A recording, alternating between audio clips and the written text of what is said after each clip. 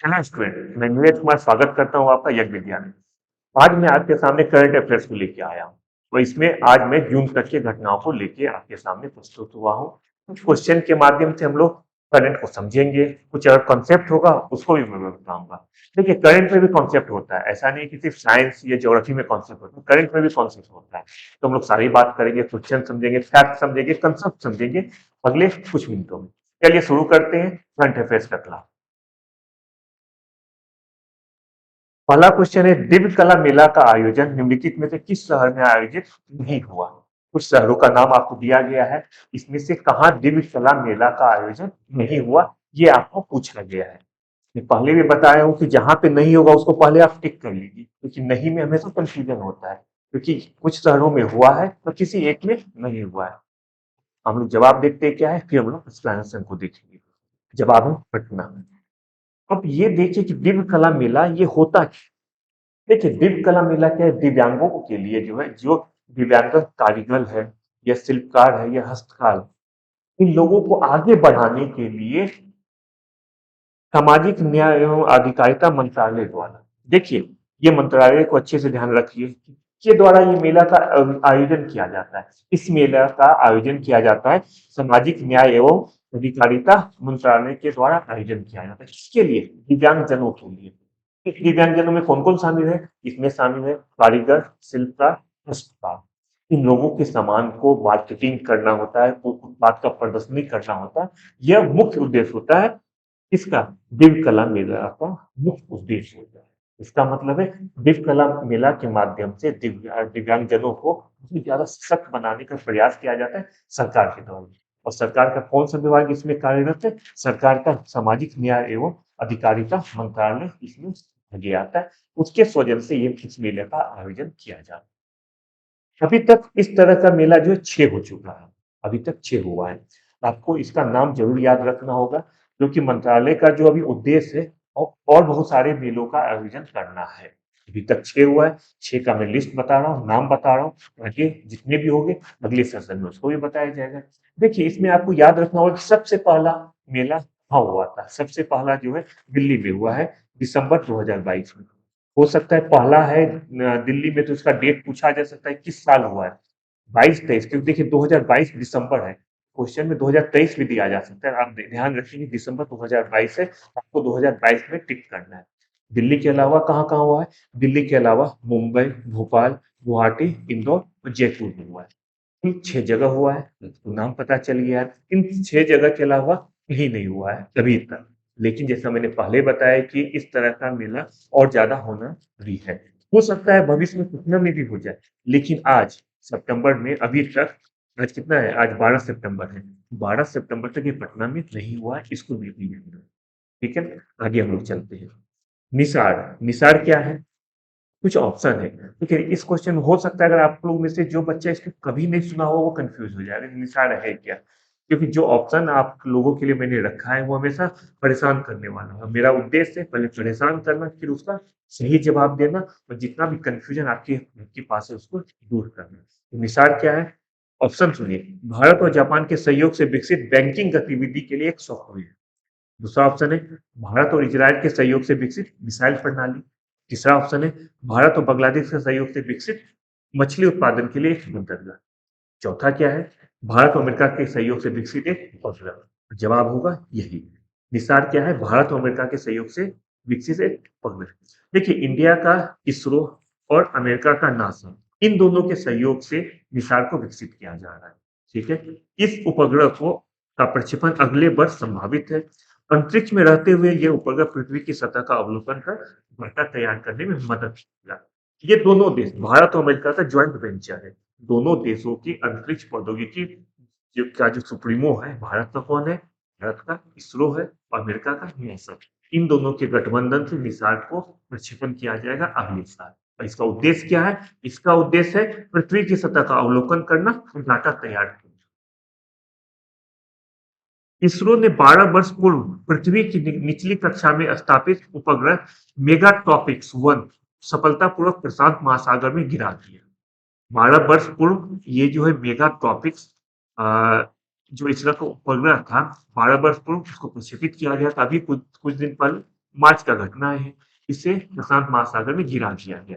अब आपको बताना है कि ये मेगा ट्रॉपिक्स 1 जो उपग्रह है, भारत ने किसके सहयोग से प्रक्षेपित किया। आपको याद होगा कि जब कोई भी इम्पोर्टेंट इवेंट होता है और जब उसका समाप्ति होता है तो उस दोनों को आपको जानना होता है कि 12 वर्ष पूर्व इम्पोर्टेंट था, बीच का 8-10 साल में कोई इम्पोर्टेंट नहीं था, अब इम्पोर्टेंट है। क्यों है? क्योंकि अभी इसे प्रशांत महासागर में गिरा दिया गया।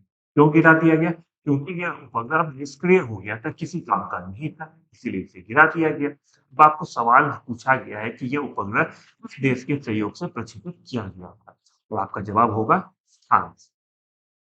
12 साल 12 अक्टूबर 2011, 12 साल पहले 12 अक्टूबर 2011 को इसका प्रक्षेपण किया गया था। तो 3 वर्ष तक ये मौसम जानकारी देने के लिए डिजाइन किया गया था, लेकिन इसमें 10 वर्ष से अधिक तक मौसम की जानकारी दी। इसे सिर्फ 3 वर्ष के लिए प्रक्षेपित किया गया था, लेकिन ये कि ये भारत का अच्छा लक है कि 3 साल का जो प्रक्षेपण था उपग्रह, वो 10 वर्ष कार्य किया। उसने भारत को मौसम संबंधी बहुत सी जानकारी दिया। अब जब ये अपना काम समाप्त कर दिया है, तो इसे शांत महासागर में गिरा दिया गया। देखिए होता क्या है, आपको पता होगा कि अर्थ अब जो है हर देश धीरे-धीरे क्या कर रहा है, बहुत सारे उपग्रह को अंतरिक्ष में छोड़ रहा है। तो क्या हो गया, वहाँ पे भी एक मलबा जमा होने लगा, बहुत सारा मलबा जमा होने लगा।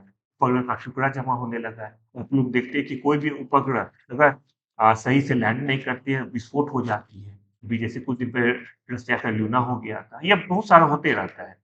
भारत का भी चंद्रयान सेकंड हो गया था। उसका जो पार्टिकल्स है, वो घूमते रहता है अंतरिक्ष के चारों तरफ। इसीलिए उस तरह के पार्टिकल्स को ज़रूरी है भारत की विश्व में मतलब पृथ्वी पे लाके किसी समुद्र में उसे गिरा देना, जिससे कि अंतरिक्ष में मलबा ना हो पाए। इस वर्ष 8वें रायसीना संवाद का थीम क्या है? 8वां रायसीना संवाद जो इस साल हुआ है, उसका थीम क्या है? ये आपसे पूछा गया है। इसका थीम है ये उकसावा, अनिश्चितता, अशांति, लाइट हाउस इन द परीक्षण। देखिए ये जो है क्वेश्चन है, इसे ध्यान से रखिए, याद रखिए, क्योंकि इसका थीम जो है थीम आसान नहीं है। जैसे अगर इसका थीम रहता वसुधैव कुटुंबकम तो बहुत आसानी से आपको याद हो जाता है, लेकिन इसका थीम आसान नहीं है, इसीलिए इसे ध्यान रखिए। ये दिल्ली में 2 से 4 मार्च 2023 को संपन्न हुआ है और इसमें इटली की प्रधानमंत्री जॉर्जिया मेलोनी उद्घाटन समारोह में मुख्य अतिथि थी। भारत का एक फेमस है रायसीना संवाद, इसका ये 8वां संस्करण है। पूछा जा सकता है इस साल कौन सा संस्करण हुआ, प्लस ये भी पूछा जा सकता है कि इस बार मुख्य अतिथि कौन थे, कौन थी। मुख्य अतिथि थी इटली की प्रधानमंत्री जॉर्जिया मेलोनी। अभी कुछ दिन पहले भी वो भारत आई है। लोग पता होगा G20 का सम्मेलन जो 9-10 सितंबर को हुआ है, ये भी इटली का प्रतिनिधित्व की है। वर्ल्ड हैप्पीनेस इंडेक्स 2023 में भारत का कौन सा स्थान है? ये जो इंडेक्स है, कुछ वैश्विक इंडेक्स है जो हर साल मान के चलिए कि लगभग 15 से 20 वैश्विक इंडेक्स है। पीआईएम इंडेक्स है, वर्ल्ड हैप्पीनेस इंडेक्स है, इसी तरह का बहुत सारा इंडेक्स है। जितना भी आप देखते होंगे, जितना भी करंट का सेशन होता है, उसमें हर सेशन में एक ना एक इंडेक्स में आप लोग के सामने रखते हैं, जिससे कि पूरे साल का आप जब निचोड़ देखेंगे तो सारा इंडेक्स आप लोग समझ जाएंगे। इस बार वर्ल्ड हैप्पीनेस इंडेक्स के बारे में पूछा गया है कि इसमें भारत का कौन सा स्थान है, कौन सा पोजीशन है। इसमें भारत का स्थान है 136वां। देखिए ये जो वर्ल्ड हैप्पीनेस इंडेक्स है, ये संयुक्त राष्ट्र सतत विकास समाधान नेटवर्क द्वारा जारी किया जाता है। वर्ष 2023 की रिपोर्ट में भारत का स्थान 146 देशों में 136वां है। वर्ल्ड हैप्पीनेस इंडेक्स जारीकर्ता संस्था या देश, ये पूछा जा सकता है कौन जारी करता है, जारीकर्ता कौन है? देखिए संयुक्त राष्ट्र सतत विकास समाधान नेटवर्क, उसका भी एक पर्टिकुलर विंग है। विंग कौन है? संयुक्त राष्ट्र सतत विकास समाधान नेटवर्क जो है ये वर्ल्ड हैप्पीनेस इंडेक्स जारी करती है। किस साल जारी करती है? इस साल भारत का स्थान 146 में 136वां है।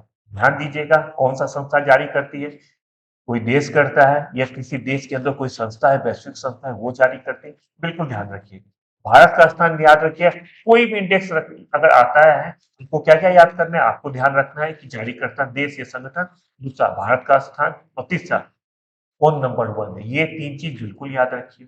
भारत के संबंध में अगर याद करना चाहिए, एक चीज और याद कीजिए कि भारत को कितना अंक मिले। जैसे इस साल वर्ल्ड हैप्पीनेस इंडेक्स में भारत का स्थान तो 136वां है, लेकिन भारत को अंक कितना मिला है? तो भारत को अंक मिला है 3.819 अंक मिला है, अधिकतम 10। 10 से ज्यादा किसी को नहीं मिल सकता। 0 से 10 के बीच में भारत को 3.819 अंक मिला है। अब एक दो तीन नंबर पे कौन है वर्ल्ड हैप्पीनेस इंडेक्स में? एक दो तीन पे नंबर वन पे डेनमार्क। नंबर वन हमेशा ध्यान रखिए, नंबर वन पे डेनमार्क, नंबर टू स्विट्जरलैंड और नंबर थ्री न्यूजीलैंड। आगे देखते हैं कि भारत के किस महिला खिलाड़ी को वर्ष 2023 की BBC Indian sport women of the year का पुरस्कार दिया गया है। तो देखिए ये दिया गया है मीराबाई चानू को दिया गया है। इंपॉर्टेंट अवार्ड है, इसे ध्यान रखिए। मीराबाई चानू को अवार्ड दिया गया, ये लगातार दूसरा साल है जब उन्हें यह पुरस्कार मिले, इसे भी ध्यान रखिए। 95 ऑस्कर पुरस्कार में सर्वश्रेष्ठ लघु डॉक्यूमेंट्री के पुरस्कार भारत की डॉक्यूमेंट्री द एलिफेंट विस्पर को दिया गया है। यह मूल रूप से किस भाषा में?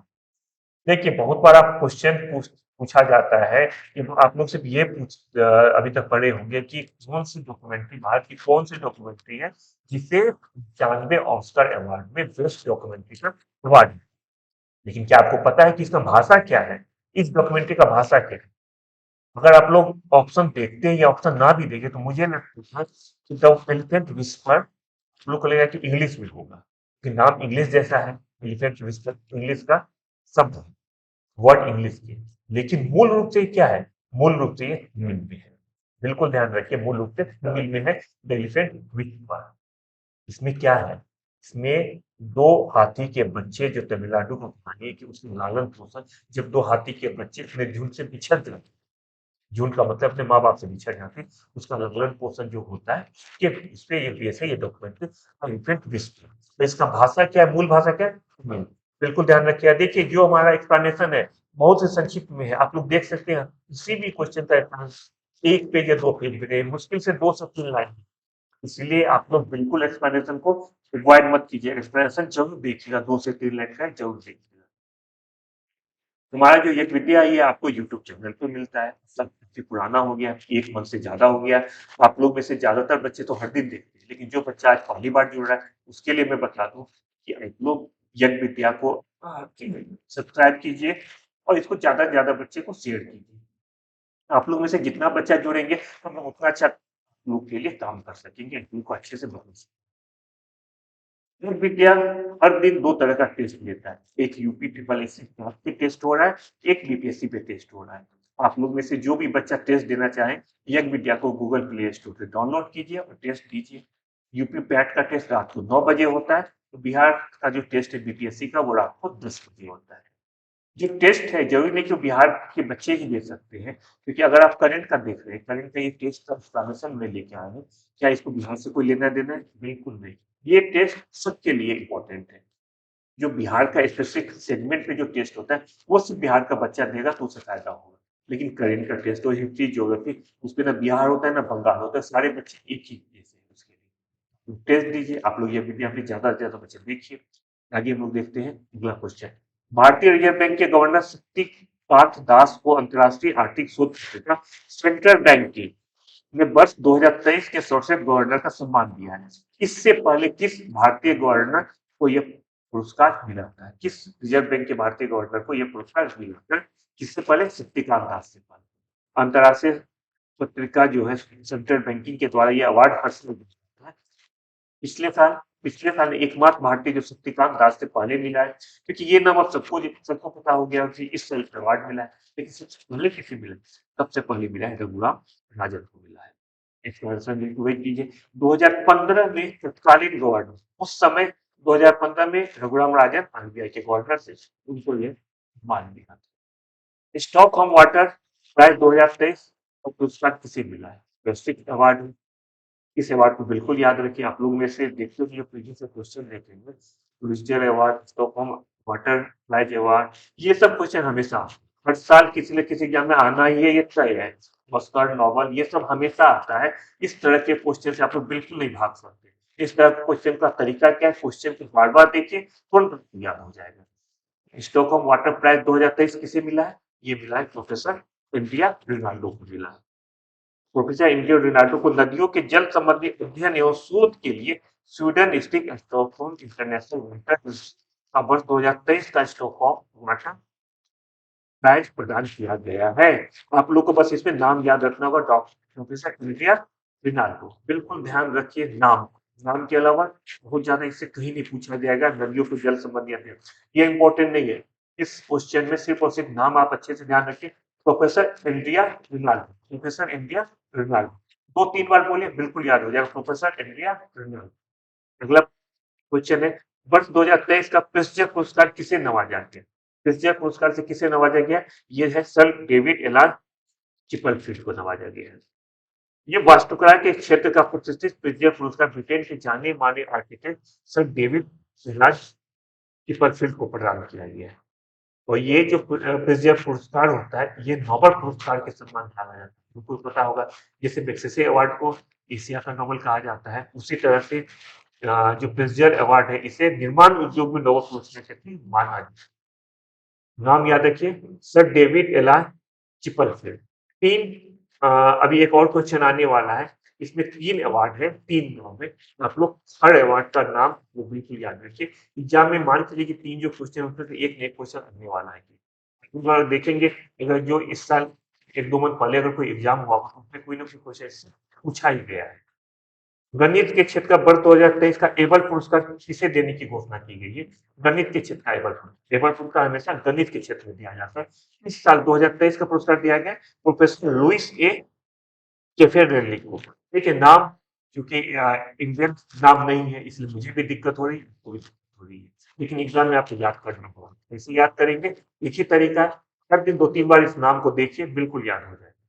ठीक है, जब आप लोग देखते हैं कोई भी क्रिकेटर है, क्रिकेटर का नाम आपको कैसे याद हो? ऑस्ट्रेलिया का कैप्टन है या इंग्लैंड की टीम का कैप्टन है, जॉस बटलर है, ये नाम आपको याद कैसे रहा? ये नाम इसलिए याद होता है क्योंकि उस नाम से आप लोग यूज्ड टू हो गए हैं, हर 10 दिन 5 दिन को वो नाम आप लोग सुनते रहते हैं। उसी तरह से अगर आप लोग इस नाम को दो तीन बार देखते हैं डेली तो आपको बिल्कुल याद है। जैसे हॉलीवुड के एक्टर एक्ट्रेस का नाम हमें याद होता है, लेकिन डायरेक्टर जो है उसका नाम बने रहता है। स्टीफन स्पीलबर्ग का नाम तो, लेकिन इस बार किसे मिला है ऑस्कर, वो अगर डायरेक्टर पूछा जाए तो याद नहीं होगा। इसके पीछे सिर्फ और सिर्फ एक कारण है, वो कारण क्या है? उस नाम से हम लोग बहुत ज्यादा फेमिलियर है। चलिए इस नाम से भी हम लोग फेमिलियर हो जाते हैं। कैसे होंगे फेमिलियर? तीन अवार्ड है, तीन अवार्ड को ध्यान रखिए। देखिए ऊपर का अवार्ड ऊपर से एंडिया रिनाल्डो है, उसके बाद है सर डेविड एलान चिपरफील्ड है, तीनों को अवार्ड अलग अलग मिला है। तीनों का नाम याद रखिए, बस सिंपल चीजें, उसके अलावा इसमें आपको कुछ नहीं करना है।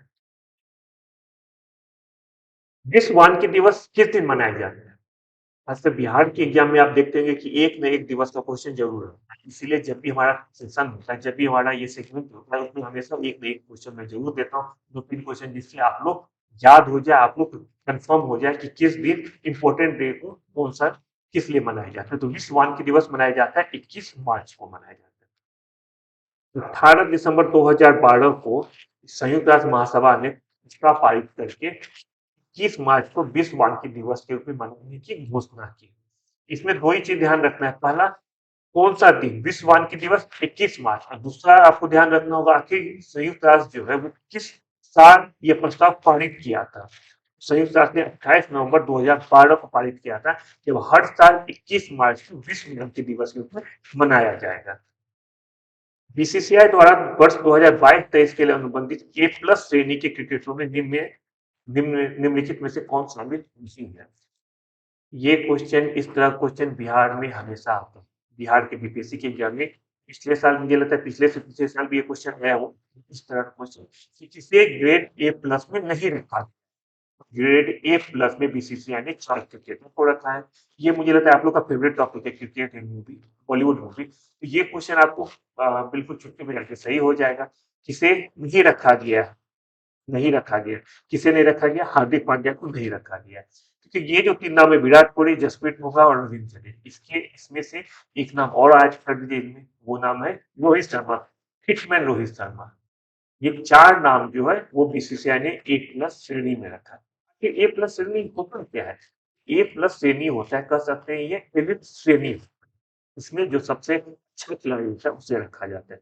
इसके अंतर्गत बीसीसीआई हर साल इनको 7-7 करोड़ रुपया देती है, एज ए सैलरी वेतन के रूप में 7-7 करोड़ रुपया देती है। अगर कोई इस चार खिलाड़ी से कोई खिलाड़ी खेले ना खेले, चोट लग जाए या टीम में शामिल न हो, जो प्लेइंग 11 होता है उसमें से अगर मान लीजिए किसी मैच में रविंद्र जडेजा नहीं खेलता, टेस्ट मैच में 15 में शामिल है लेकिन टेस्ट मैच खेलने का मौका नहीं मिलता, तब भी बीसीसीआई उसे हर से 7 करोड़ रुपया देगी, क्योंकि ए प्लस श्रेणी में है।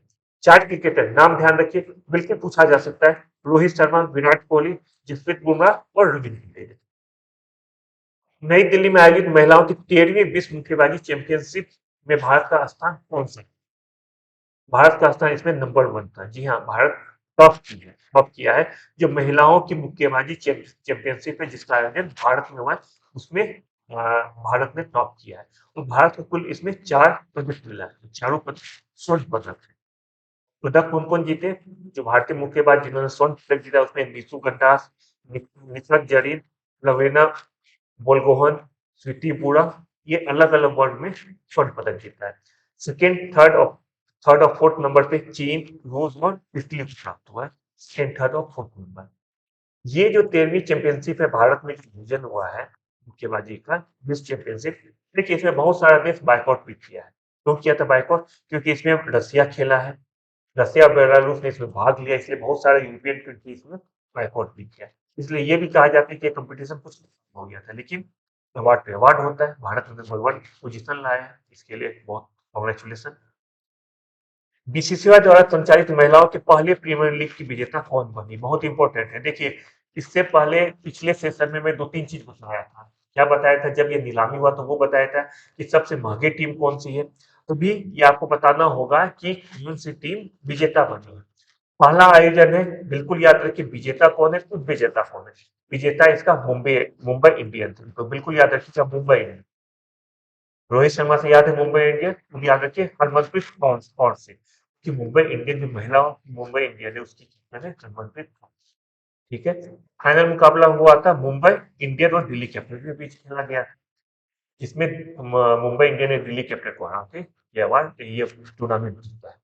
ये चूंकि पहला टूर्नामेंट था इसलिए कुछ जो इसमें महत्वपूर्ण अवार्ड है उससे भी ध्यान रखिए। कौन कौन सा है? जो सर्वश्रेष्ठ खिलाड़ी, प्लेयर ऑफ द मैच, वो मिला हाइले मैथ्यूज मुंबई इंडियंस। हाइले मैथ्यूज किस देश की है? ये वेस्ट इंडीज की है। एक्स्ट्रा फैक्ट बता रहा हूँ, लेकिन एग्जाम में आएगा कि मुंबई किसे मिला है प्लेयर ऑफ द टूर्नामेंट का वो, तो हाइले मैथ्यूज को मिला, वो मुंबई इंडियंस के लिए खेलते हैं। ऊपर कैप से मिला है, पर्पल कैप भी मुंबई इंडियंस को मिला है। मुंबई इंडियंस के हाइले मैथ्यूज को मिला है। पर्पल कैप किस लिए होता है? आप लोग आईपीएल जो मेंस आईपीएल को काफी स्लो से फॉलो कर रहे हैं। पर्पल कैप होता है कि जो बॉलर सबसे ज्यादा विकेट लेता है उसे पर्पल कैप दिया जाता है। जो बैट्समैन सबसे ज्यादा रन बनाता है उसे ऑरेंज कैप दिया जाता है। महिलाओं का जो टूर्नामेंट हुआ है उसमें ऑरेंज कैप किसे मिला है? ऑरेंज कैप मिला है मैग लेनी को, दिल्ली कैपिटल्स की। मैग लेनी है किस देश के लिए खेलती है? मैग लेनी ऑस्ट्रेलिया की कैप्टन है, पता होगा। प्राण वायु देवता पेंशन योजना की शुरुआत किस राष्ट्रपति द्वारा की गई? प्राण वायु पेंशन योजना की शुरुआत, ये अपने आप एक यूनिक पेंशन योजना है। शायद आप में से बहुत सारे बच्चे जानते होंगे, लेकिन कुछ बच्चे मैं श्योर हूँ कि इस पेंशन योजना के बारे में आपको पता नहीं होगा। तो चलिए मैं बताता हूँ प्राण वायु देवता पेंशन योजना होता है क्या। पहले देखता हूँ ये किस राज्य द्वारा शुरू किया गया। ये शुरू किया गया हरियाणा के द्वारा। देखते हैं क्या इसमें है क्या। तो देखिए इसमें क्या किया गया कि कोई भी वृक्ष जो 75 साल या उससे ज्यादा दिन तक है, उसका केयर टेकर कोई भी अगर करता है, उसे 2500 रुपया दिया जाएगा पेंशन के रूप में। इतना इंपॉर्टेंट है, ये किया गया है। बहुत ही सराहना वाला कदम है हरियाणा सरकार के द्वारा वृक्षों की देखभाल के लिए। 75 साल, जैसे आपको पता होगा कि ओल्ड एज में आदमी को ज्यादा देखभाल की जरूरत होती है। अगर कोई बूढ़ा हो, ध्यान रखिए जो हमारे दादा लोग हैं उनको ज्यादा देखभाल की जरूरत है। उसी तरह से वृक्ष के साथ भी यही होता है। अगर बहुत पुराना हो गया तो उसको देखभाल की भी जरूरत होती है, ज्यादा देखभाल की जरूरत होती है। तो हरियाणा सरकार ने क्या किया? हरियाणा सरकार ने जो बताया कि अगर कोई भी वृक्ष जो 75 साल से ज्यादा एज का वृक्ष है, तो इसका गणना कैसे होगा? इसका गणना आजकल बहुत ही आसानी से हो जाता है, किसी भी वृक्ष का एज कितना। तो अगर वृक्ष का एज 75 साल से ज्यादा है और कोई व्यक्ति उसका केयर टेकर मतलब उसका रखरखाव करेगा, उसे 2500 रुपया एज ए पेंशन दिया जाएगा। इसे नाम क्या दिया गया? इसे नाम दिया गया प्राणवायु देवता पेंशन। कितना यूनिक और कितना ही अच्छा कदम है। सेट करना चाहिए इस तरह के कदम को, और आप लोग को इस फैक्ट को याद रखना चाहिए। विश्व भर में उच्च शैक्षिक संस्थानों के निष्पादन के आधार पर वर्ष 2024 के लिए लंदन स्थित क्यूएस एजेंसी द्वारा जारी विश्व के लगभग 1500 शैक्षिक संस्थानों में भारत के कितने संस्थान शामिल है? ये जो रैंकिंग है क्यूएस का एजेंसी, जो लंदन में स्थित है क्यूएस एजेंसी, ये हर साल संस्थानों का लिस्ट निकालता है। लगभग 1500 संस्थानों का, कभी 1400 भी रहता है। इस साल भारत का जो 1500 संस्थान है, इसमें भारत का कितना संस्थान है ये आपको बताना है। इस साल 1500 में भारत के 45 संस्थान है। दो चीज में और ध्यान रखिए, कौन कौन सा दो चीज याद रखना है। पहला, भारत का नंबर वन संस्थान कौन है। दूसरा, विश्व का जो लंदन इंस्टीट्यूट क्यूएस एजेंसी है, उसने विश्व के किस संस्थान को नंबर वन संस्थान का दर्जा दिया है। भले इसमें भारत के कौन सा संस्थान है, तो भारत का आईआईटी बॉम्बे। आईआईटी बॉम्बे भारत का सर्वोच्च संस्थान रहा, और अमेरिका का मैसाचुसेट्स इंस्टीट्यूट ऑफ टेक्नोलॉजी को विश्व में प्रथम स्थान मिला। देखिए, ये जो दोनों फैक्ट है, इसमें जो मैसाचुसेट्स इंस्टीट्यूट ऑफ टेक्नोलॉजी है, ये तो पिछले कई सालों से नंबर वन आता रहा है, तो मुझे लगता है ये आप लोग को ध्यान ही होगा। भारत का आईआईटी बॉम्बे, दो फैक्ट है, बिल्कुल ध्यान रखिए। तीसरा चीज, टोटल 1500 संस्थान है का चुनाव किया गया है। रैंक जो लंदन इंस्टीट्यूट एजेंसी है, उसने 1500 संस्थान बताया है विश्व का। उसमें भारत का संस्थान कितना है, 45।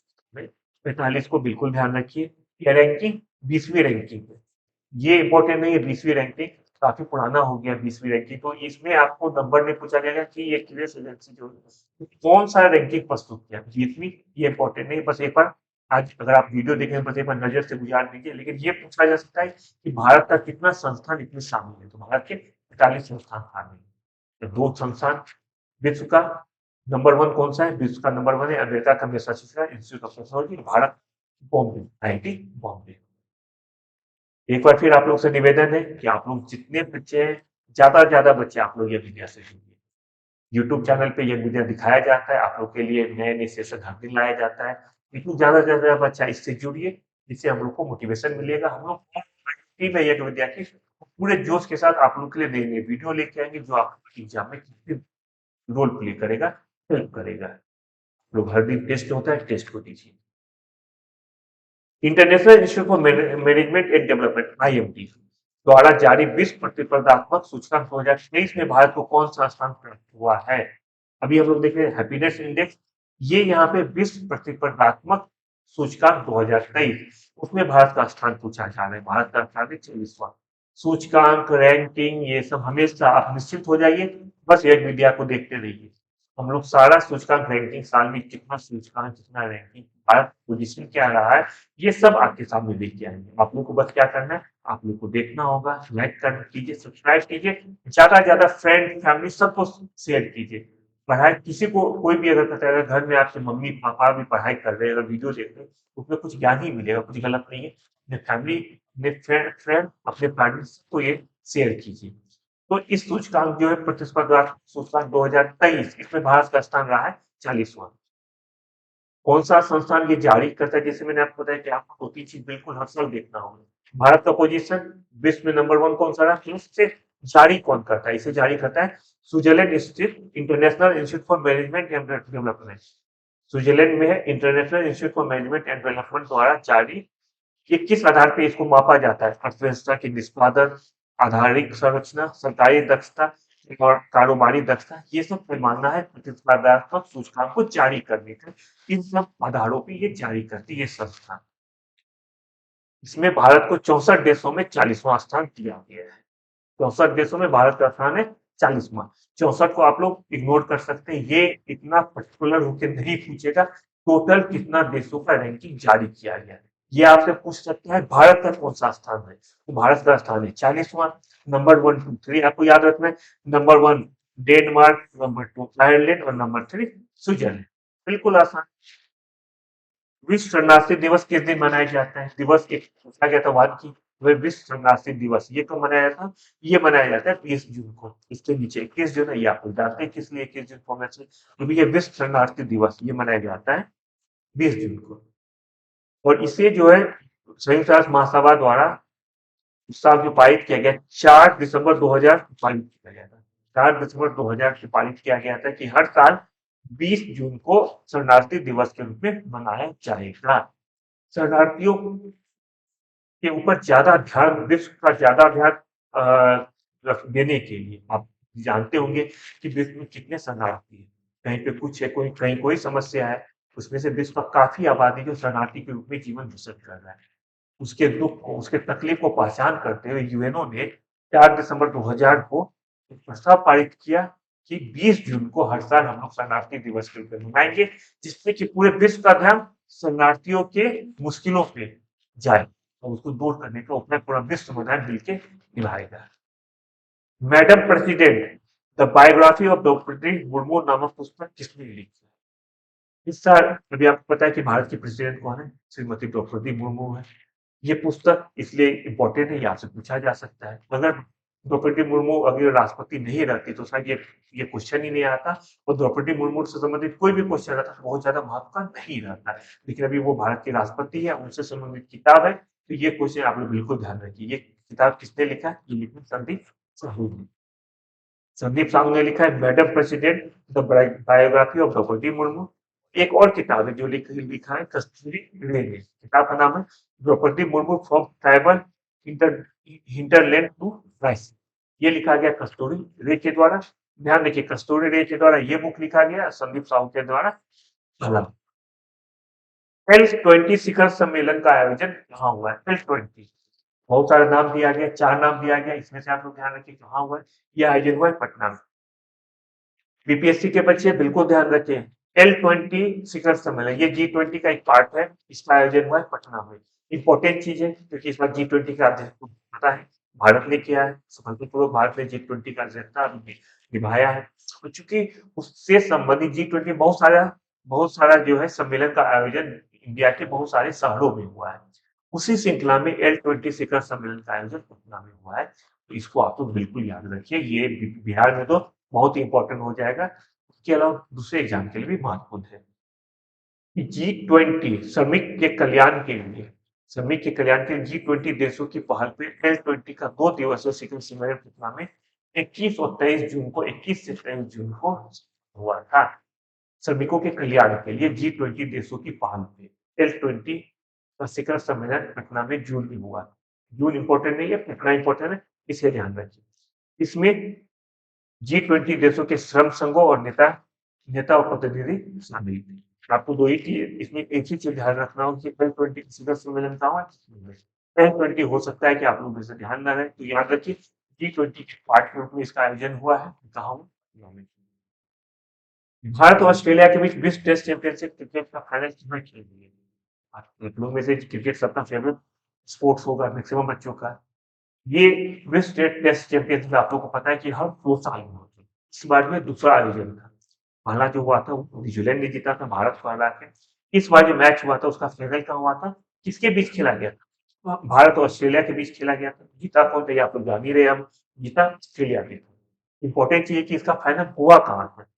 कि ऐसा बहुत कम होता है कि टेस्ट मैच जो है वो न्यूट्रल वेन्यू पे खेला जाता है। न्यूट्रल कहते हैं जो देश खेल रहा है उन दोनों देश के अलावा अगर कहीं किसी तीसरे जगह हो रहा है उसे कहते हैं न्यूट्रल वेन्यू। तो बहुत कम मौका होता है कि टेस्ट मैच किसी न्यूट्रल वेन्यू पे खेला जाता है। ये टेस्ट मैच भी न्यूट्रल वेन्यू में खेला गया। ये ना मेलबोर्न में खेला गया ना मुंबई में खेला गया, तो केपटाउन में भी नहीं खेला गया था साउथ अफ्रीका में। ये खेला गया लंदन। अब लंदन का मतलब ऐसा नहीं कि लॉर्ड्स है, लॉर्ड्स क्रिकेट ग्राउंड नहीं है, ये वर्ल्ड क्रिकेट ग्राउंड में खेला गया टेस्ट चैंपियनशिप का फाइनल जो इंडिया और ऑस्ट्रेलिया के बीच हुआ था, जिसमें ऑस्ट्रेलिया ने जीता था। एक बात इसमें याद रखिए कि इस मैच में मैन ऑफ द मैच कौन था? Man of the match test match था, उसमें फाइनल में कौन था? मैन ऑफ द मैच का अवार्ड मिला था ट्रेविस हेड को मिला था। ये ऑस्ट्रेलिया का बल्लेबाज है, बाएं हाथ का बल्लेबाज, इसे भी याद रखिए, एग्जाम में पूछ सकता हूँ। फ्रांसीसी ओपन 2023 में पुरुष एकल के साथ कितने जीता? फ्रांसीसी ओपन जिसे हम लोग फ्रेंच ओपन भी कहते हैं। बच्चों 4 ग्रैंड स्लैम होता है, चारों ग्रैंड स्लैम आप लोग के लिए बहुत महत्वपूर्ण है।